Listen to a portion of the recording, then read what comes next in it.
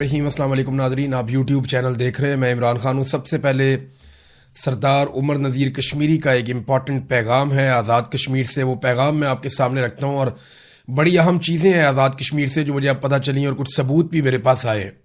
لیکن ساتھ میں پیپلز پارٹی اور پی ایم ایل این بھی آپس میں لڑ رہے ہیں، لیکن ان کی لڑائی کی حیثیت صرف اتنی ہے جیسے دو آوارہ جانور سڑک پہ آپس میں لڑ رہے ہیں، اور آپ وہاں سے گزر رہے ہیں رستے میں اور آپ کو پتہ چلتا ہے اچانک دو آوارہ جانور آپس میں لڑ پڑتے ہیں، تو آپ ایک پتھر اٹھا کے انہیں مارتے ہیں کہ چلو دوڑ جاؤ یہاں سے۔ بس عوام کی اتنی دلچسپی ہے، پی ایم ایل این اور پیپلز پارٹی کی لڑائی میں عوام کی صرف اتنی سی دلچسپی ہے کہ نورا کشتی ہے، ادھر آپس میں لڑتے رہیں گے، پھر ہڈی کے اوپر اکٹھے ہو جائیں گے، ایک ہی ان کا مالک ہے، یہ وہیں جا کے دم ملائیں گے، وہیں جا کے جو ہے وہ یہ بوٹ چاٹیں گے اور کچھ بھی نہیں کریں گے، ان کی اتنی اوقات ہے، لوگ ان کو سیریس نہیں لے رہے۔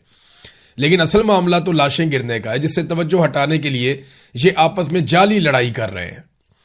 عمر نذیر کشمیری نے بتایا کہ پاکستانی گورنمنٹ کی جانب سے بدترین جارحیت کی گئی ہے، اسٹریٹ فائر کیے گئے ہیں، اطلاعات کے مطابق 3 دن میں 40 سے زائد شہادتیں ہو چکی ہیں، سینکڑوں افراد زخمی ہو چکے ہیں، بدترین دہشت گردی کی گئی ہے، وہ ہتھیار استعمال کیے گئے جو لائن آف کنٹرول پر ہونے چاہیے، جو ہندوستان پہ استعمال ہوتے ہیں۔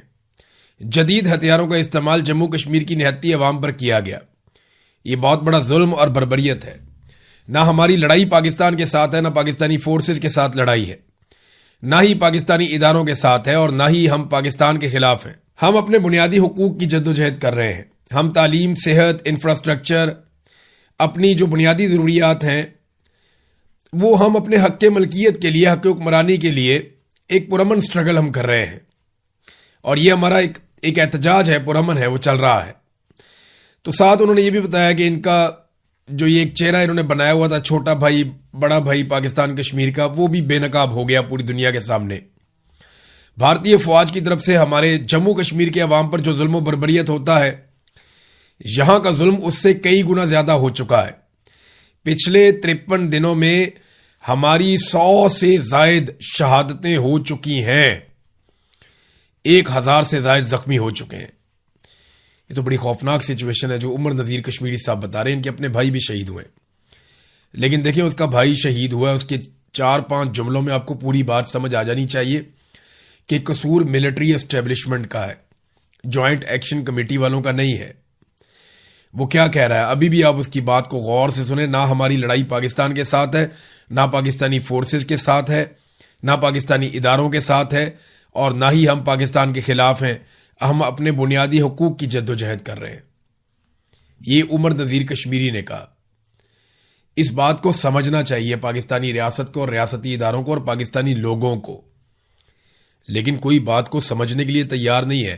عالمی میڈیا ان خبروں کو چھاپ رہا ہے، نیو یارک ٹائم نے اس کو چھاپا، گارڈین نے اس کو چھاپا، الجزیرہ میں چھپی ہے۔ باقی انڈیا تو ان خبروں کو بہت اٹھاتا ہے، پوری دنیا کے جو بین الاقوامی اخبارات ہیں وہاں پہ یہ خبریں چھپ رہی ہیں، اور پوری دنیا میں اس وقت احتجاج کی منصوبہ بندیاں ہو رہی ہیں۔ پاکستان تحریک انصاف کے لوگ ہوں یا اوورسیز کشمیری ہوں، یہ برطانیہ سے لے کے یورپ تک بہت بڑے احتجاج پلان کر رہے ہیں۔ آنے والے دنوں میں آپ کو امریکہ میں، یورپ میں، کینیڈا میں، آسٹریلیا میں، یعنی جہاں جہاں پاکستانی موجود ہیں، آپ کو وہاں پہ سوائے ان ملکوں کے جہاں پہ ڈکٹیٹرشپ ہے، اس کے علاوہ آپ کو بہت سارے ممالک میں احتجاج کی خبریں ملیں گی۔ جرمنی میں ایک بڑا احتجاج پلان کیا گیا ہے، اسی طرح ایک احتجاج کی پلاننگ میں سن رہا تھا کہ اسپین میں کی گئی ہے، اٹلی میں احتجاج کی تیاریاں ہیں۔ تو ہر جگہ پہ یہ اگست کے مہینے میں آپ کو بہت زیادہ احتجاج سننے اور دیکھنے کو ملے گا، یورپی ممالک میں، امریکہ میں، برطانیہ میں، ہر جگہ آپ دیکھیں گے کہ لوگ نکل کر احتجاج کریں گے۔ اور احتجاج اس وجہ سے بھی کہ عوام کے حق پہ ڈاکہ ڈالا گیا ہے۔ ابھی یہ پی ایم ایل این اور پیپلز پارٹی، ان کی لڑائی سے کم ایک فائدہ ضرور ہوا کہ ان دونوں نے مل کر عاصم منیر صاحب کا جو کردار ہے اس کو بے نقاب کیا۔ پیپلز پارٹی بتاتی ہے کہ کس طریقے سے عاصم منیر صاحب نے پاکستان تحریک انصاف کا جیتا ہوا الیکشن کمیشن کو حکم دے کے چوری کروایا اور وہ پی ایم ایل این کی جھولی میں ڈال دیا۔ اسی طرح پی ایم ایل این بھی بتاتی ہے کہ کس طریقے سے پیپلز پارٹی نے عاصم منیر صاحب کے ساتھ مل کر پی ٹی آئی کا مینڈیٹ چوری کیا۔ ایکچولی تو مینڈیٹ ان ساروں نے پاکستان تحریک انصاف کا چوری کیا ہے۔ ابھی جماعت اسلامی نے بتایا کہ کس طریقے سے اسٹیبلشمنٹ نے کراچی کی 22 سیٹوں کو 2 جماعتوں میں بانٹ دیا، ایم کیو ایم میں اور پیپلز پارٹی میں، یعنی 15 سیٹیں دے دی ایم کیو ایم کو اور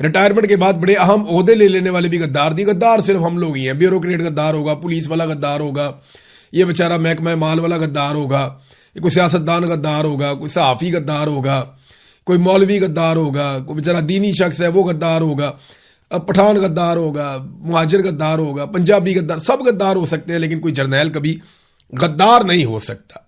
غدار نہیں ہو سکتا. ان کے علاوہ سب کے اوپر یہ ٹھپا پاکستان میں بار بار لگایا گیا. اب ناظرین, سچویشن پاکستان میں یہ ہے کہ جن اداروں کو اس وقت دہشت گردی کے خلاف لڑنا تھا وہ آزاد کشمیر میں مار کٹائی میں لگے ہوئے ہیں, وہ بلوچستان میں مار کٹائی میں لگے ہوئے ہیں, وہ پاکستان تحریک انصاف کو دھمکیاں دے رہے ہیں کہ تم فائنل کال کی طرف جاؤ گے تو ہم بھی فائنل یہ کر دیں گے, تو آپریشن کر دیں گے, تو کریک ڈاؤن کر دیں گے. وہ بندوبست کر رہے ہیں کہ ججوں کو قابو کیسے کرنا ہے. وہ طریقے ڈھونڈ رہے ہیں کہ 28ویں آئینی ترمیم کیسے لے کر آنی ہے. آپ اندازہ کریں سیاست کیسے کرنی ہے, وہ اس میں لگے ہوئے ہیں. اور دوسری جانب آپ یہ ہنگو کا ایک انسیڈنٹ ہوا چیک پوسٹ کے اوپر, خزینہ چیک پوسٹ ہے ہنگو میں, وہاں پہ دہشت گردوں کا ایک بڑا خوفناک حملہ ہوا جہاں ایک ڈی ایس پی دیار خان شہید ہو گئے. ان کے بارے میں جو ابتدائی اطلاعات آئی ہیں وہ یہ کہ یہ بڑی بہادری کے ساتھ لڑے ہیں. اللہ رب العزت ان کے اہل خانہ کو سب کو صبر عطا فرمائے. انا للہ و انا الیہ راجعون. ڈی ایس پی دیار خان صاحب نے بڑی بہادری کے ساتھ مقابلہ کیا اور وہ شہید ہو گئے. اور ان کے ساتھ اس دہشت گردی کے حملے میں 11 پولیس اہلکار بھی شہید ہوئے ہیں. اب یہ ابتدائی اطلاعات ہیں جو میں آپ کو بتا رہا ہوں. اس کے علاوہ 32 پولیس والے زخمی بھی ہو گئے ہیں. ٹی ٹی پی نے ذمہ داری قبول کر لی ہے اس واقعے کی اور یہ دعویٰ کیا ہے کہ انہوں نے کچھ اہلکاروں کو اغوا بھی کر لیا ہے یا یرغمال بنا لیا ہے. یہ جو خبر ہے رفعت اللہ اور اکزئی صاحب نے بھی دی ہے, دیگر کچھ اور صحافیوں نے بھی دی ہے. اس کے علاوہ سوات کے علاقے میں بھی دہشت گردی کا واقعہ رپورٹ ہوا. تو یہ ملٹیپل انسیڈنٹس خیبر پختونخوا میں ہو رہے ہیں. بلوچستان چلے جائیں تو سرحدوں کو وہاں پہ ریگولیٹ کرنے کی بجائے ان کو بند کر دیا گیا ہے, جس سے بہت بڑے پیمانے پہ لوگوں کے سارے کاروبار بند ہو گئے. اب بلوچستان کا جو ضلع نوشکی ہے وہاں پہ کرفیو لگایا ہوا ہے, لوگوں کا کاروباری زندگی مکمل طور پہ بند ہے. تشدد اور اغوا کے واقعات بڑھ رہے ہیں, دہشت گردانہ کارروائیوں میں اضافہ ہو رہا ہے, روزگار کی بندش ہے, جرائم میں اضافہ ہو رہا ہے. بلوچستان کو تباہی کے دہانے پر پہنچا دیا ان لوگوں نے. اور آج بھی بلوچستان کا جو حل ہے وہ سیاسی لوگوں کے پاس ہے. ملٹری آپریشنز میں یا طاقت کے بلبوتے پہ یا ڈنڈا اٹھا کے یا گولی چلا کے آپ بلوچستان کے مسئلے کا حل نہیں کر سکتے. جبری طور پہ گمشدگیاں اس مسئلے کا حل نہیں ہے, بلکہ وہ خود ایک بہت بڑا مسئلہ ہے بلوچستان کا. سیاسی لوگوں کو جب تک مینڈیٹ نہیں دیا جائے گا یا موقع نہیں دیا جائے گا, عوامی منتخب نمائندے آگے نہیں آئیں گے, تب تک بلوچستان کے زخم نہیں بھریں گے, وہاں مسائل حل نہیں ہوں گے.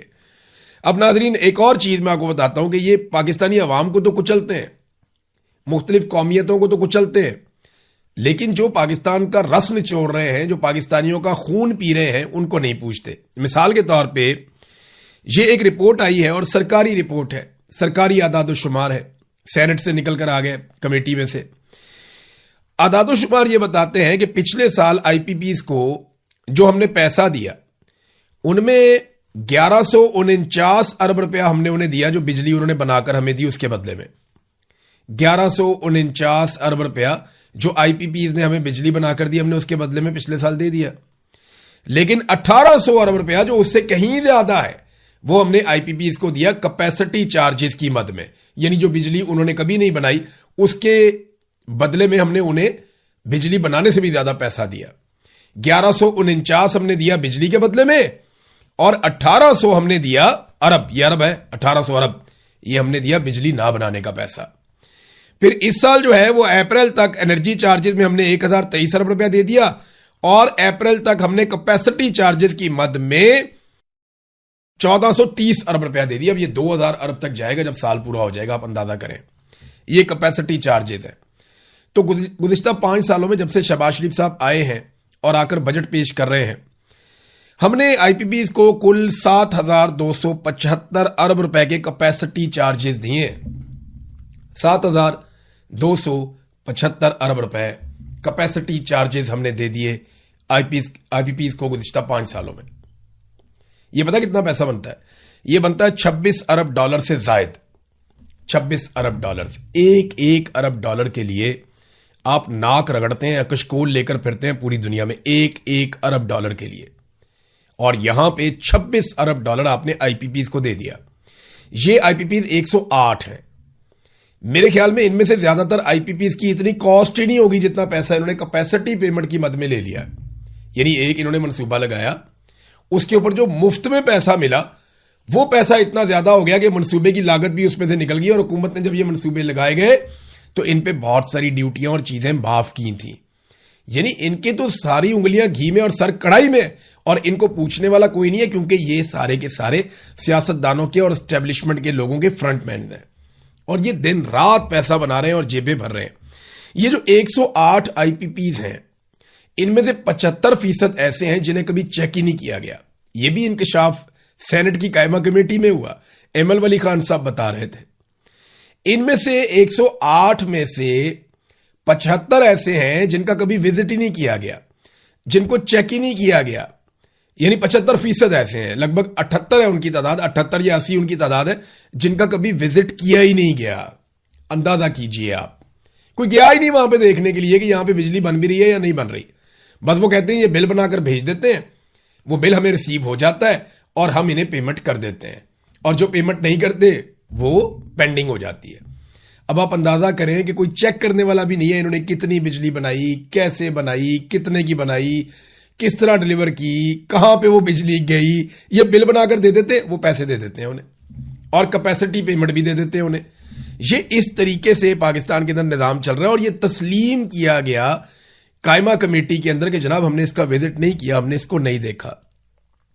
قرضوں کے حالات ہمارے کیا ہے, ذرا یہ بھی جاتے جاتے آپ کو میں بتا دوں اس وقت, کیونکہ یہ بہت بڑی خبر ہے, آپ کے ساتھ شیئر ضرور مجھے کرنی چاہیے. قرضوں کے حوالے سے اس سال, یہ جو اب رواں مالی سال شروع ہو گیا, اس سال ہم نے 21 ارب ڈالر کے قرضے واپس کرنے ہیں. اب ہم کتنے رول اوور کروا سکتے ہیں, یعنی معافی کروا لیں گے, سر اس سال واپس نہیں کریں گے, اگلے سال واپس کر دیں گے, تو وہ اگلے سال کے اندر شامل ہو جائیں گے. پھر اگلے سال 21 نہیں ہوگا, اس سے بہت زیادہ ہوگا. تو اس سال ہم نے 21 ارب ڈالر جو ہے وہ واپس کرنے ہیں قرضوں کی بات میں. ہم 1 ارب ڈالر کے لیے ترستے ہیں. ہم نے ابھی یو اے ای کا تھوڑا سا پیسہ واپس کرنا تھا, تو ایسی تیسی پھری ہوئی تھی, لگ بھگ کوئی 200-250 ملین ڈالر